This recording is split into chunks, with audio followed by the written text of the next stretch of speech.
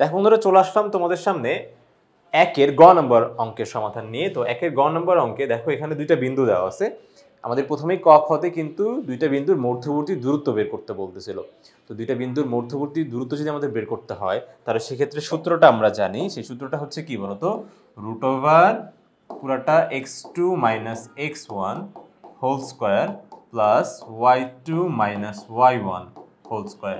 ওকে, তার মানে কি বলতো, এক্স এর মানে হচ্ছে ভুজের পার্থক্যকে বর্গ করতে বলছে, তারপর ওয়াই মানে কোটিয়ের পার্থক্যকে বর্গ করতে বলছে। পার্থক্য বিয়োগ করলেই কিন্তু পার্থক্য পাওয়া যায়।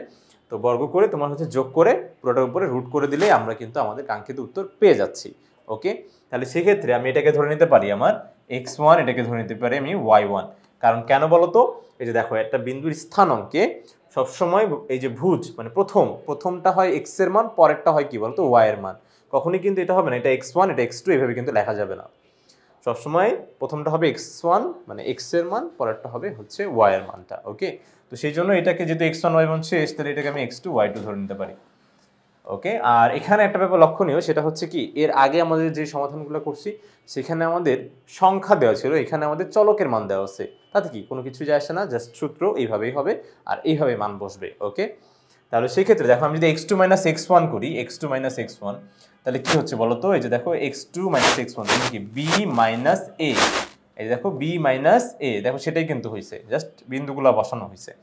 এরপরে যে সূত্রটা অ্যাপ্লাই করবো, দেখো a মাইনাস b হোল স্কোয়ারের ফর্মুলা আমরা সবাই জানি, যে a মাইনাস b হোল স্কোয়ারের ফর্মুলা কি হয়, a square minus 2ab plus b square. আবার কখনো যদি এইভাবে থাকে যে b minus a whole square, ঠিক একই রকম বি এ স্কোয়ার জায়গায় কী হবে, বি স্কোয়ার মাইনাস 2ab এর জায়গায় কী হবে 2ba প্লাস a স্কোয়ার।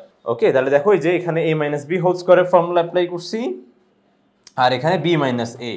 ওকে, তো এতটুকু করার পরে জাস্ট কি করবো, যেগুলো তোমার সদিশ পদ আছে সেগুলোকে যোগ করে ফেলবো। এখন কথা হচ্ছে ভাইয়া, সদিশ পদ আবার কি জিনিস? সদিশ পদ মানে পুরো চলকের মানটা কি হবে বলতো, সেম থাকবে। পুরো চলকের মানটা কি হবে, একদম একই হতে হবে। যেমন এখানে আছে এই যে দেখো বি স্কোয়ার, প্রথমে এখানে যেহেতু বি স্কোয়ার, তো এরকম বি স্কোয়ার কোথায় আছে, শুধুমাত্র এই যে দেখো এই একটা জায়গায় আছে বি স্কোয়ার। শুধু বি থাকলেও কিন্তু হবে না, তাহলে কিন্তু সদিশ পদ না, যোগ করা যাবে না। চলকের একদম পরিপূর্ণভাবে মিল থাকতে হবে।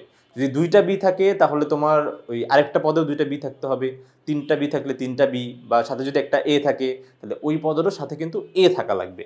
যেমন এই যে দেখো এখানে যে ঘটনাটা ঘটছে, দেখো এইটা আর এটা হচ্ছে একটা সদিশ পদ, এই দেখো, তাহলে হচ্ছে দেখো বি স্কোয়ার যোগ করে দেখো 2b স্কোয়ার পাওয়া যাচ্ছে। আমরা একটু এখানে সাজিয়ে লিখছি, কেন সাজিয়ে লিখছি, কারণ হচ্ছে দেখো এটা একটু আগে রাখাটাই বেটার, যেহেতু অ্যালফাবেটিক্যালি এটা আগে আসে। তারপর দেখো এখানকার a স্কোয়ার যোগ করছি, তাহলে কি 2a স্কোয়ার, আর এখানে হচ্ছে 2b স্কোয়ার। এখন কথা হচ্ছে ভাই, তুমি বলবো যে ভাই এখানে তো মাইনাস 2ab আছে আর এখানে আছে মাইনাস 2ba, তাহলে এটা কি সদিশ পদ? হ্যাঁ ভাই, এটাও সদিশ পদ। ভাইয়া একটু আগেই বলছি যে সদিশ পদ হতে হলে কি বলতো, চলকের একদম সম্পূর্ণরূপে মিল থাকা লাগবে। তার মানে দেখো এইখানে একটা এ, এখানে একটা বি গুণাকারে আছে, আবার এইখানেও একটা এ একটা বি। এই যে দেখো তোমার হচ্ছে এ গুণ বি মানে যা, বি গুণ এ মানে তো একই, তাই না? 3 4 12, 4 3 12ই হয় ভাইয়া। তাহলে সেই ক্ষেত্রে এরাও কিন্তু সদিশ পদ। তাহলে এরা তোমার হচ্ছে মাইনাসে মাইনাসে প্লাস করতে হবে, কিন্তু যোগ বিয়োগে সবসময় বড় সংখ্যার আগে চিহ্ন বসে। তো এখানে তুমি যেটাকে বড় ধরে নাও না কেন, তাহলে কিন্তু শুধু এই যে মাইনাসই হচ্ছে। তাহলে তুমি এটাকে বড় ধরতে পারো, তাহলে তারপরেও দেখো তোমার মাইনাসই আসবে। এটাকে বড় ধরলেও দেখো, ধরো তুমি এটাকে বড় ধরতেছো, তাও তোমার কি আসবে বলো তো, মাইনাস আসবে। আবার তুমি ধরো এটাকে বড় ধরতেছো, তাও কি আসতেছে বলো তো, যে আগের চিহ্ন মাইনাস। তো সেক্ষেত্রে এখানে কিন্তু আমাদের এই মাইনাস মানে যোগ বিয়োগে সবসময় বড় সংখ্যার আগের চিহ্নটা দিতে হবে। এরপর আমি যে ব্যাপারটা এখানে লক্ষ্য করতে পারতেছি, যে এখানে কিন্তু টু ব্যাপারটা কিন্তু কমন যায়। দেখো টু ব্যাপারটা আমি একটু এক্সট্রা কিছু লাইন আমি করে দিচ্ছি। এই যে দেখো এখানে যেটা নাই সেটা আমি এইটা লাইনটা এক্সট্রা আমি এখানে করে দিচ্ছি, সবাই একটু মনোযোগ দিবে। এই যে দেখো টুটা আমি কমন নিচ্ছি, তাহলে টু কমন নিলে এখানে হয় হচ্ছে a স্কোয়ার, এখানে হচ্ছে দেখো মাইনাস 4ab। কমন নেওয়া মানে অ্যাকচুয়ালি ভাগ করা, তার মানে তুমি 2 কমন নিচ্ছ মানে প্রত্যেকটা পদকে তুমি 2 দিয়ে ভাগ দিচ্ছ। তাহলে ভাগ দিলে কত হবে, -4ab।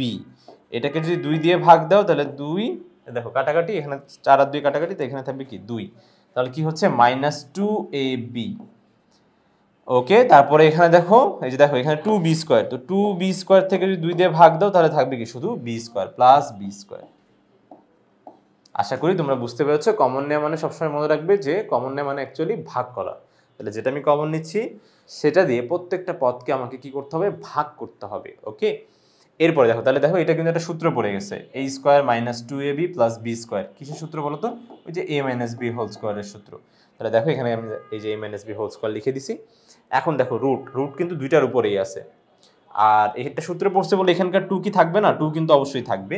তো দেখো 2 into a minus B whole square, আর দেখো রুটটা হচ্ছে পুরোটার উপরেই আছে, তার মানে রুট যখন এই 2 এর উপরে পড়বে, রুটটা যখন 2 এর উপর পড়বে তখন দেখো শুধু √2 হবে, ঠিক আছে? কিন্তু যখন এই যে পুরোটা স্কোয়ারের উপর পড়বে, তার মানে হচ্ছে এই দেখো ব্যাপারটা হচ্ছে এমন হবে যে তোমার √a minus B whole square যখন এইভাবে পড়বে তখন স্কোয়ার রুটে কাটাকাটি, এখানে থাকবে কি বলতো, জাস্ট a মাইনাস বি। তাহলে দেখো তোমাদের কাঙ্ক্ষিত উত্তর চলে আসছে √2a মাইনাস বি একক। আশা করি বন্ধুরা তোমরা সম্পূর্ণ বিষয়টা ভালোভাবে বুঝতে পেরেছো। তো পরবর্তী ভিডিও দেখার জন্য আমন্ত্রণ জানিয়ে আজকে এখানে শেষ করছি।